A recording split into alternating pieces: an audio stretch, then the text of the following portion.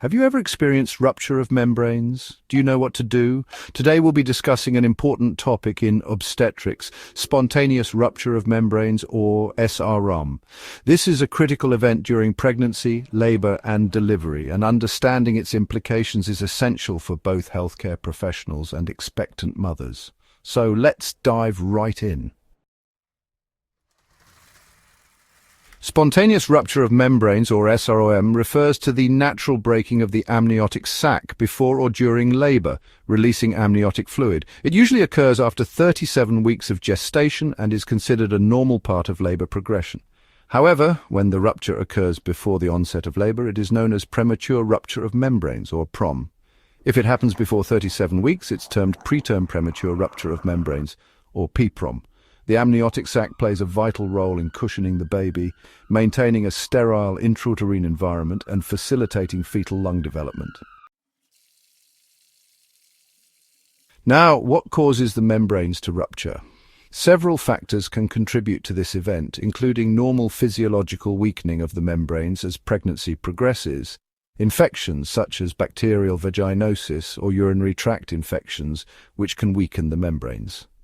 Previous history of PROM or PPROM in prior pregnancies. Excessive stretching of the amniotic sac due to polyhydramnios, which is excessive amniotic fluid, or multiple gestation, like twins or more. Cervical incompetence or a short cervix. Trauma or invasive procedures like amniocentesis, smoking and poor nutrition, which can affect membrane strength. So how does a pregnant woman know if her membranes have ruptured?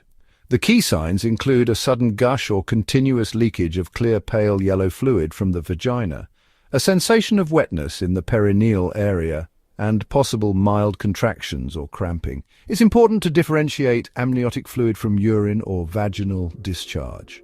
Amniotic fluid is typically clear or slightly yellow, odorless, and watery. If a pregnant woman suspects her water is broken, healthcare providers can confirm spontaneous rupture of membranes using several methods. Speculum examination involves checking for pooling of amniotic fluid in the vaginal vault. The nitrazine test detects amniotic fluid's alkaline pH, which turns nitrazine paper blue. The Ferning test involves examining a sample of the fluid under a microscope, revealing a fern-like pattern. The Amnisure test is a rapid immunoassay that detects amniotic fluid proteins. Lastly, ultrasound can assess amniotic fluid levels to determine if there has been fluid loss. Management depends on gestational age and the presence of labor contractions. If spontaneous rupture of membranes occurs at term, which is 37 weeks or more, and labor starts within 24 hours, expectant management is usually followed, allowing labor to progress naturally. If labor does not begin within 24 hours, induction with oxytocin, also known as pitocin, or prostaglandins may be considered to reduce the risk of infection. If spontaneous rupture of membranes occurs before 37 weeks, known as PPROM, hospitalization for monitoring is necessary. Antibiotics are given to prevent infection, and corticosteroids may be administered to promote fetal lung maturity if under 34 weeks. Tocolytics may be given to delay labor in some cases.